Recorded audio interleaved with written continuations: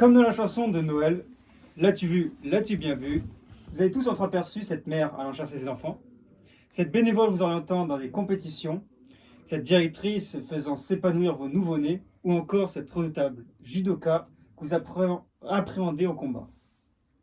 Pourtant, la connaissez-vous réellement? Nous avons le plaisir de faire un peu de lumière sur cette personne tant énigmatique et omniprésente que sympathique et joviale. Nous sommes donc en tête-à-tête avec Nathalie Levé. Nathalie, bonjour. Bonjour. On va commencer tout de suite par la présentation. Est-ce que tu pourrais nous présenter en quelques mots qui es-tu? Alors, je suis donc Nathalie. J'approche le demi-siècle, pour pas dire le reste. Je suis une toute nouvelle judokate au niveau du dojo et je pratique en tant qu'assistante maternelle dans une MAM, donc une maison d'assistante maternelle, depuis septembre. Voilà. Et comment as-tu connu le dojo? Eh bien, en fait, j'ai connu le dojo à l'ouverture, le dojo de Talence, puisque nous avons inscrit notre fille, donc Ludivine, donc voilà. Non. Donc d'abord, tu commençais par suivre ta petite fille. Tout à fait. Tout à fait. Donc maintenant, ça fait... Ludivine est rentrée, elle avait 4 ans, donc elle en a 11, donc voilà. Donc on a fait effectivement l'ouverture du dojo de Talence. Dans un même temps, tu participes du coup à la vie associative du dojo. Souvent. Ton visage, on le voit un peu partout. C'est un engagement quand même. Et pourquoi cet engagement? Parce que on a toujours été comme ça. On a beaucoup d'investissements aussi au niveau du rugby, puisque notre fils fait du rugby. Donc, il devenait évident que pour le Ludivine, on devait aussi s'investir au niveau du dojo.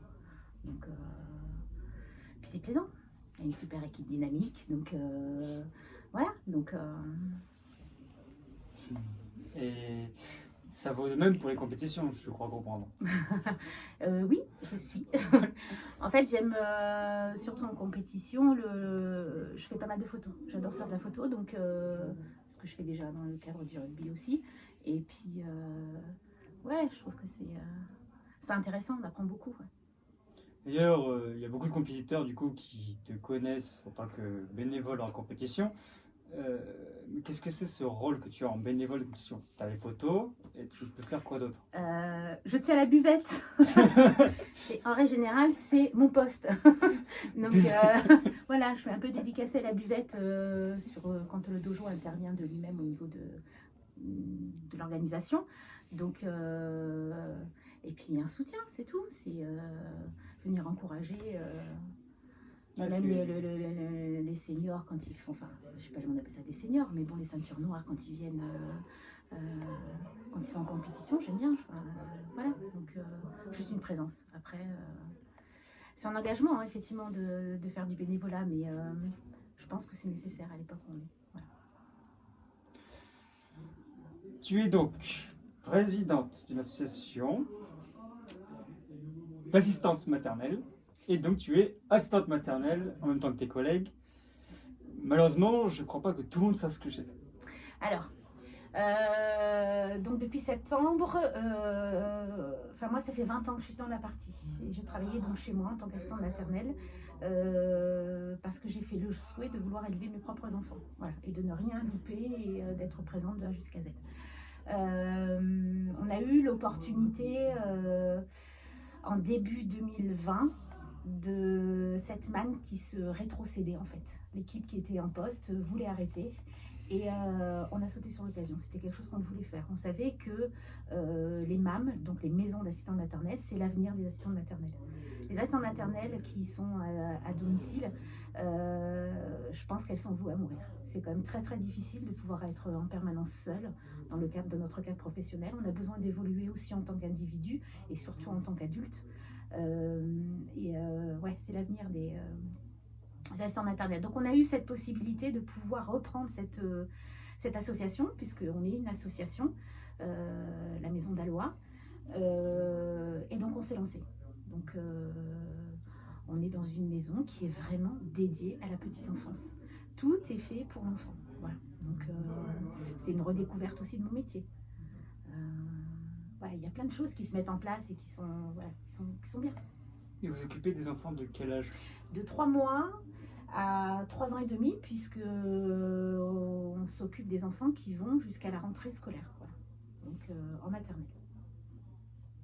Et du coup, vous avez des locaux propres à l'association? Donc on a loué une maison comme on pourrait avoir, voilà, qu'on pourrait tous avoir. Donc on loue une maison dans laquelle on a par exemple le salon, salle à manger. Eh bien c'est une salle qui est commune où effectivement il y a plusieurs pôles d'activités pour les enfants. Donc ça peut être un pôle pour les tout petits où effectivement ils ont des tapis, ils ont de quoi jouer, ils ont de quoi faire. Il y a un pôle imitation, donc de la dinette, un frigo, voilà, histoire d'apprendre d'eux, une table à langer. Voilà, on a un pôle repas, on a voilà, et tout un espace qui est vraiment dédié qu'à la petite enfance. Donc tout cet espace est là. Nous avons aussi l'opportunité d'avoir, en termes de pièces de nuit, ce qu'on appelle une pièce de nuit, on a 4 chambres, dont une qui est un peu dédicacée à la motricité, mais qui est un petit espace. On a quand même 12 enfants en présence tous les jours au niveau de la MAM. Et ouais, mais c'est effectivement une location. On prend une location de maison comme n'importe qui voilà, pourrait prendre. Donc voilà. Donc, mais c'est que pour les enfants. Dommage. Bah oui, quand même. Donc, non, après, comment dire, à la différence effectivement de mon domicile où je vivais avec ma famille, où quand mon mari pouvait être de repos, bien, voilà, les enfants étaient présents.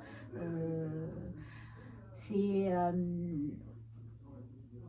vraiment une liberté. J'ai plus d'obligation que tout soit nickel. Mes enfants ont le droit de regarder la télévision quand ils en ont envie, ils ont le droit. Donc c'est pour ça que c'est quand même très très difficile. Ça. Il faut savoir que c'est pas un métier forcément facile. Quand on le fait à domicile, c'est pas un métier qui est facile. Donc moi, si j'ai un conseil à donner, c'est qu'effectivement les assistantes maternelles à l'heure actuelle, elles essayent de partir et d'ouvrir des mannes. De toute façon, c'est vraiment l'avenir des assistantes maternelles. C'est compliqué de pouvoir travailler chez soi. C'est très difficile. Détacher le privé du professionnel. Tout à fait. Moi, 20 ans, au bout de 20 ans, il m'a fallu 20 ans pour me dire... et j'aime mon métier. Voilà. J'estime que c'est un métier. Tout le monde ne l'estime pas forcément comme ça, mais moi, j'estime que c'est un métier. Donc, il faut voilà, comme n'importe quel autre métier, il faut avoir envie d'être dans cette partie-là. Parce que c'est pas forcément facile, mais comme tous les autres métiers.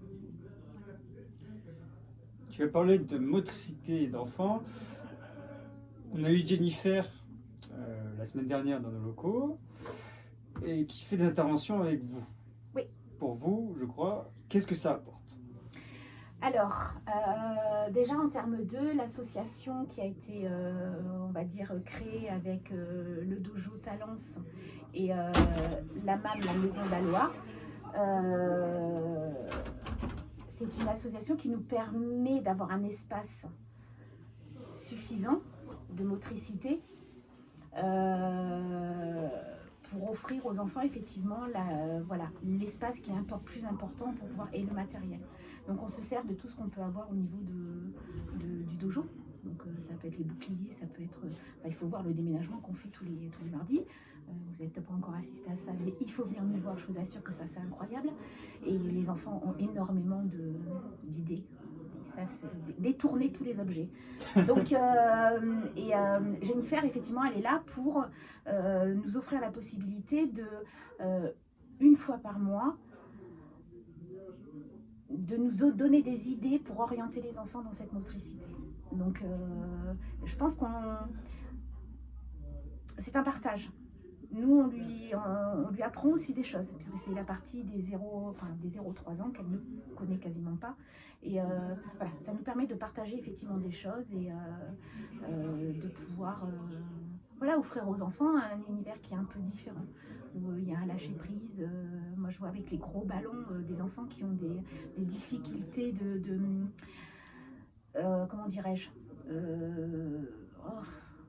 je sais pas comment traduire ça, des enfants qui sont un peu timides, qui ont un peu peur d'affronter ce qui est en face d'eux. En travaillant sur des ballons, sur ces gros ballons, on peut leur donner de la confiance. Quand on commence, moi je sais que quand je mets ces enfants sur ce ballon, ils sont hyper crispés.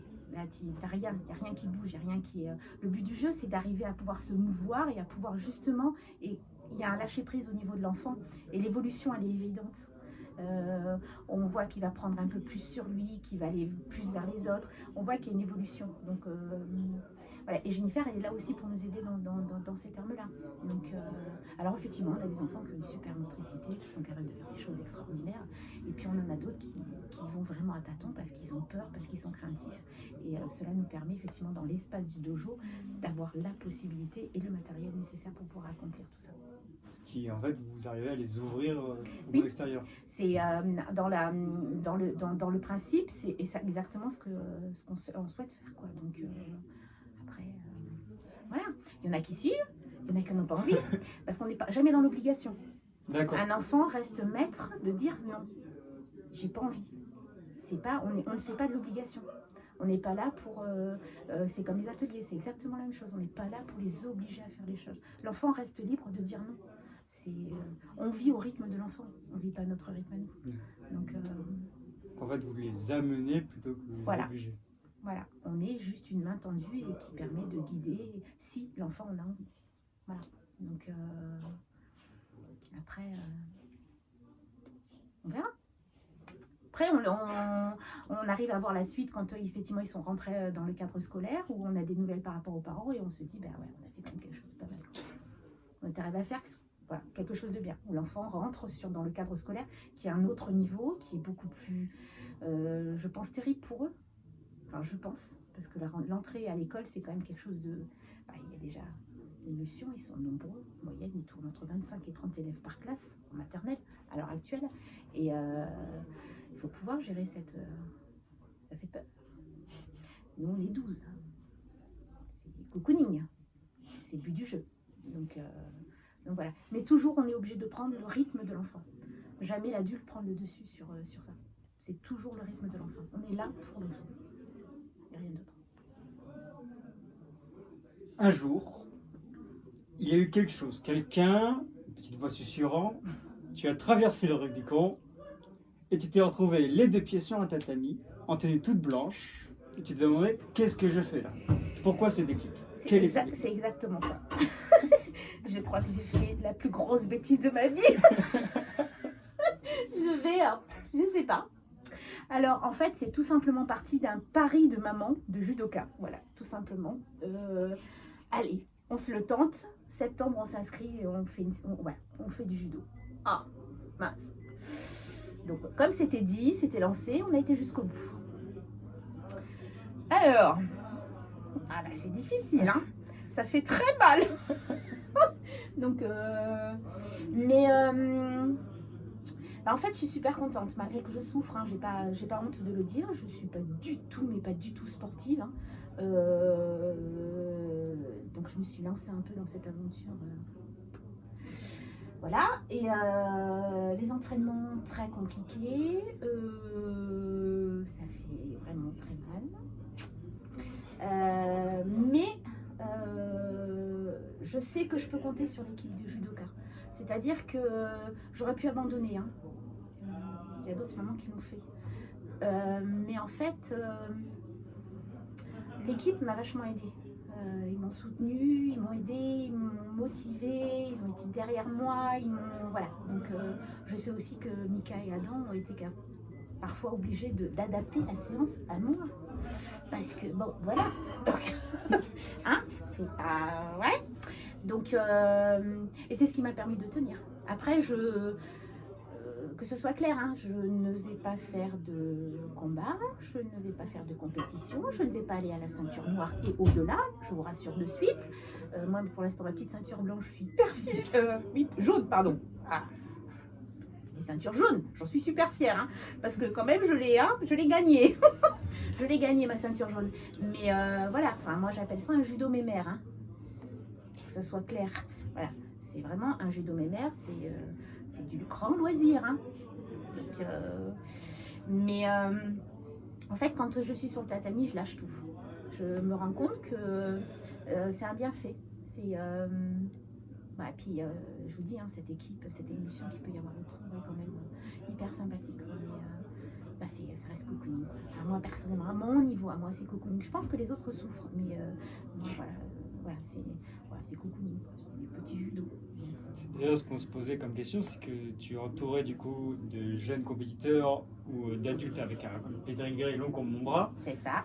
Comment tu t'étais débrouillé pour survivre dans ce milieu et trouver ta place? J'ai pas besoin de survivre, c'est eux qui me font survivre en fait. Parce que comme je te disais, voilà, ils sont d'une aide.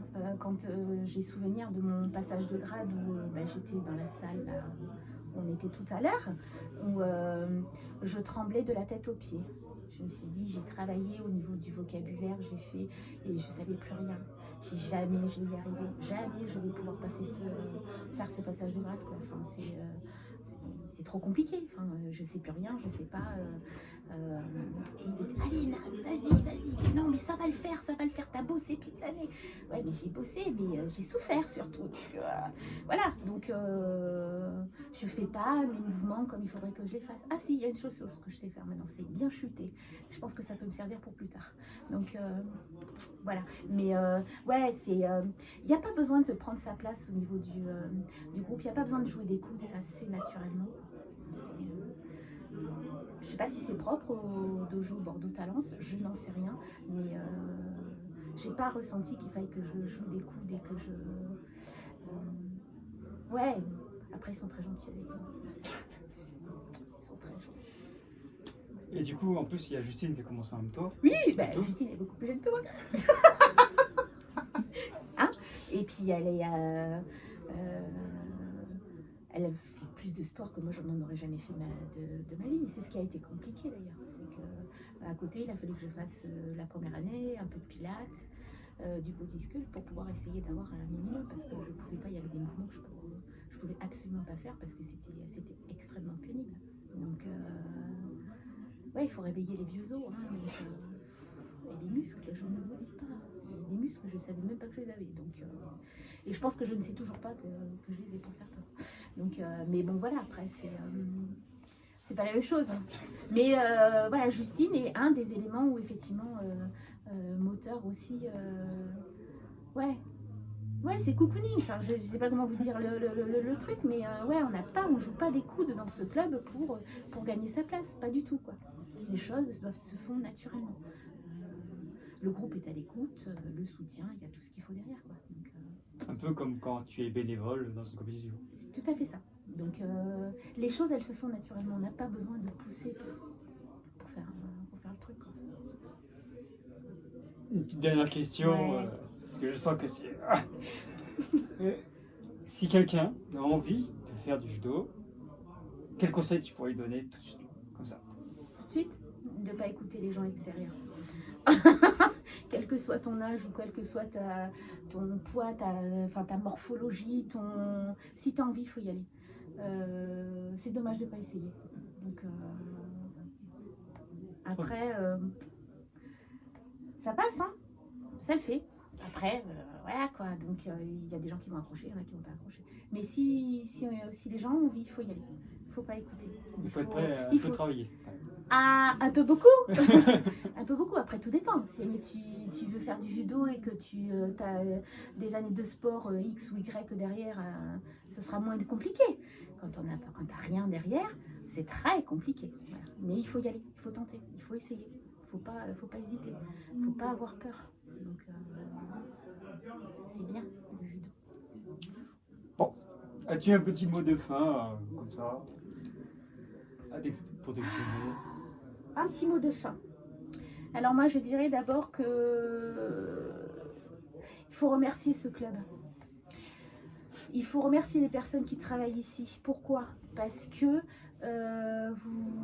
tout est mis en œuvre pour que le lien, malgré cette pandémie, soit maintenu au niveau du club et au niveau des adhérents. Et je crois qu'à l'heure actuelle, eh bien, c'est pas donné à tout le monde, qu'il y a un boulot monstre derrière, il y a une disponibilité incroyable. Et ça, il faut le reconnaître et il faut vous remercier pour ça. Voilà. Merci. Un jour, je sais qu'on remontera sur le tatami de façon différente parce que cette pandémie aura changé la donne. Mais chaque chose en son temps. Mais pour l'instant, je pense que c'est remercier ce club pour le travail accompli. Voilà. Merci beaucoup, Nathalie. Merci à vous. En l'antenne.